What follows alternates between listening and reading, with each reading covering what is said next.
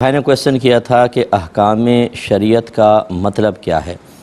دیکھیں، احکام حکم کی جمع ہے اور حکم شرعی اعتبار سے اللہ تعالیٰ کے اس خطاب کو کہتے ہیں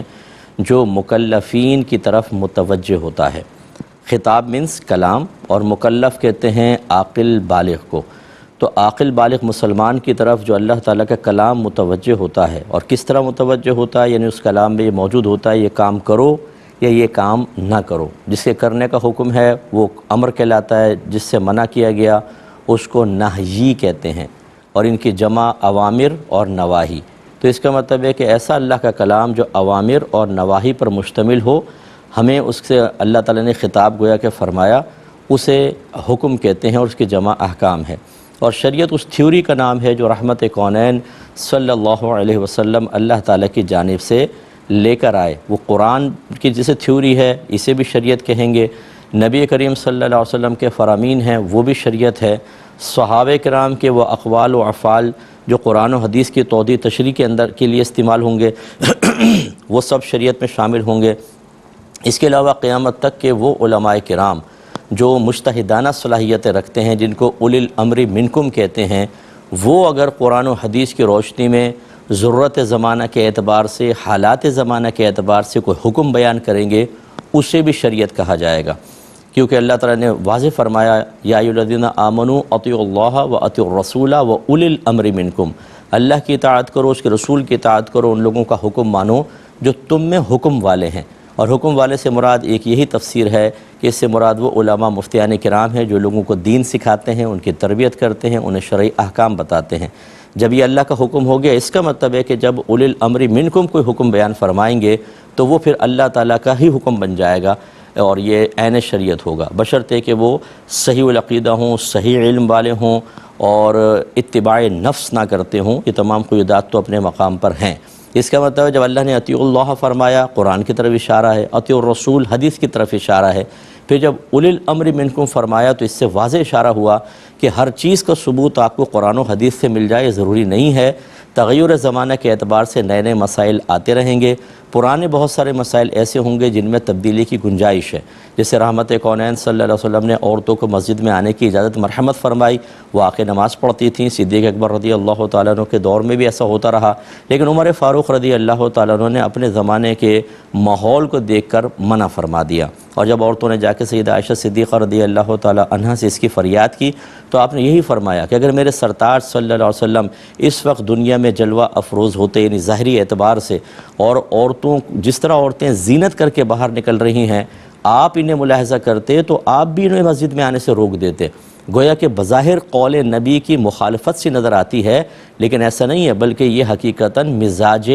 نبی کی موافقت ہے۔ تو اسی طریقے سے ایک تغیر زمانہ ہوتا ہے، علماء حکم بیان فرماتے ہیں، جیسے بہنوں کے نقاب کا حکم پہلے نہیں تھا، لیکن تغیر زمانہ کے اعتبار سے علماء نے حکم دیا۔ تو اس کا مطلب ہے قرآن، حدیث، صحابہ کرام کے اقوال و افعال جو قرآن و حدیث سے متعلق ہوتے ہیں، ایسے علماء کرام جب متفقون علیہ کوئی مسئلہ ہو، صحیح العقیدہ، صحیح علم والے علماء متفق ہو کر کوئی فیصلہ کر لیتے ہیں تو یہ بھی شریعت ہی کہلاتا ہے۔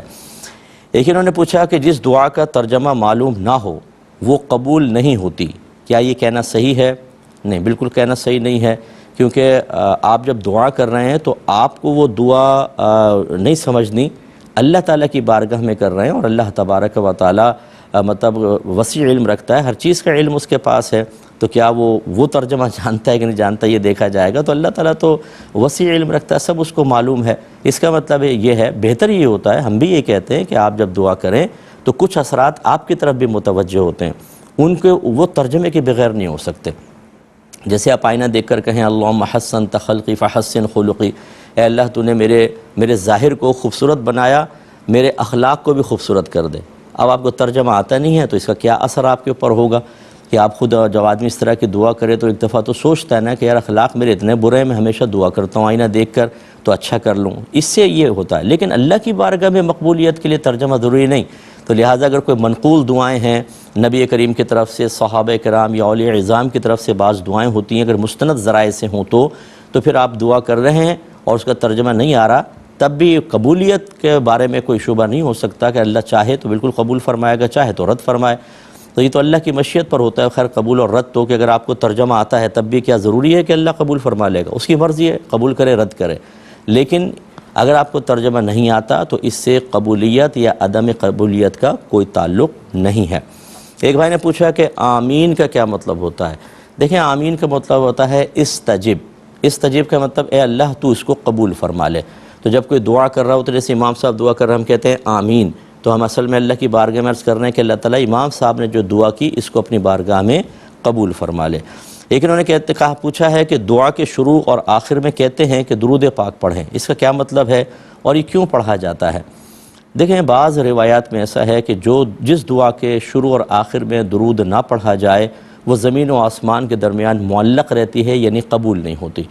تو یہ ہر دعا کے لیے تو نہیں ہوگا، کیونکہ خود نبی کریم صلی اللہ علیہ وسلم سے بے شمار ایسی دعائیں ثابت ہیں جن کے اول آخر درود پاک نہیں پڑھا گیا۔ صحابہ کرام کی بہت ساری ایسی دعائیں ہیں جن میں اور ان کے جو بیان کیا کسی نے تو یہ ثابت نہیں ہے کہ اہتمام کیا گیا ہو باقاعدہ شروع اور آخر کا، لیکن چونکہ بعض روایات موجود ہیں تو اس لیے بہتر یہ ہوگا کہ شروع اور آخر میں درود پاک پڑھ لیں۔ تو جیسے کوئی بھی درود پاک شروع میں پڑھ لیں، پھر دعا مانگیں، پھر آخر میں درود پاک پڑھ لیں، تو اس دعا کے مقبولیت کے امکانات زیادہ ہو جاتے ہیں، اس لیے پڑھی جاتی ہے۔ ایک بھائی نے فرمایا کہ علم کا کیا مطلب ہوتا ہے؟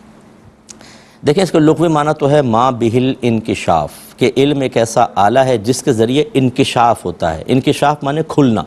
یعنی چیزوں کی معرفت حاصل ہوتی ہے جو پہلے مجمل تھیں، مبہم سی تھیں، وہ پوشیدہ تھیں، جب آپ علم سیکھتے ہیں تو وہ کھل جاتی ہیں اور چیزوں کے بارے میں معلوم ہو جاتا ہے۔ اور ویسے اگر دیکھیں تو اس کو کہا جاتا ہے کہ صورت الحاصلۃ عند العقل، کہ علم ایک ایسی صورت کا نام ہے جو عقل کے نزدیک حاصل ہوتی ہے، یعنی جو آپ کے دماغ میں گیا اور محفوظ ہو گیا، اس کو کہتے ہیں علم۔ بعض نے صرف حاصل کرنے کو علم کہا ہے، چاہے پھر ذہن میں جا کے محو ہو جائے، اور ایک تعریف یہ ہے کہ ذہن میں جا کے جو چیز موجود ہے اس کو علم کہا جائے گا۔ اور میں اس تعریف کو زیادہ پسند کرتا ہوں ایک ادنا طالب علم کی حیثیت سے، کیونکہ اگر ہم سنتے ہیں اور بھول جاتے ہیں، آپ کوئی ہم سے پوچھے، بچے پوچھ رہے ہیں، کوئی پڑوسی پوچھ رہا ہے، کسی جگہ ہم گیدرنگ میں بیٹھے ہیں سوال کر رہے ہیں، ہم کہتے ہیں سنا تو تھا نکل گیا ذہن سے، تو پھر اس کا مطلب علم تو گیا، اگرچہ وہ آپ کی میموری میں کہیں موجود ہے لیکن آپ کا دماغ اسے حاضر کرنے پر قادر نہیں ہے، تو بس سمجھے کہ علم حاصل ہی نہیں ہوا۔ اس کا مطلب ہے ضروری علم کو نہ صرف یہاں محفوظ کرنا ہے بلکہ بار بار ریپیٹ کرنا ہے تاکہ وہ مستحضر رہے، حاضر رہے، جب آپ چاہیں فوراً ذہن کے اندر مسئلہ آ جائے۔ جتنا آپ نے پڑھا اور سنا اس کی کوشش کرنی چاہیے، اگرچہ حافظہ سب کا اتنا قوی نہیں ہوتا، کیونکہ ہم تو پڑھتے پڑھاتے ہیں، رات دن ہمارا کام یہ ہے، تو بہت سی چیزیں بار بار ریپیٹ ہو کر ذہن میں محفوظ ہو جاتی ہیں، لیکن ہر ایک کا اتنا مشغولیت نہیں ہوتی۔ تو تھوڑا سا میں گزارش کرتا ہوں خصوصاً ہماری بہنوں سے کہ آپ گھر میں اس مشغولیت کو بڑھائیں، کوئی درس رکھیں، اس میں چھوٹا موٹا کوئی چاہے پروگرام دکھا دیا کریں، چاہے آپ مسائل بیان کر لیں، تو اس طرح جب کرتے ہیں تو پھر علم ہمارے ذہن میں محفوظ ہوتا ہے۔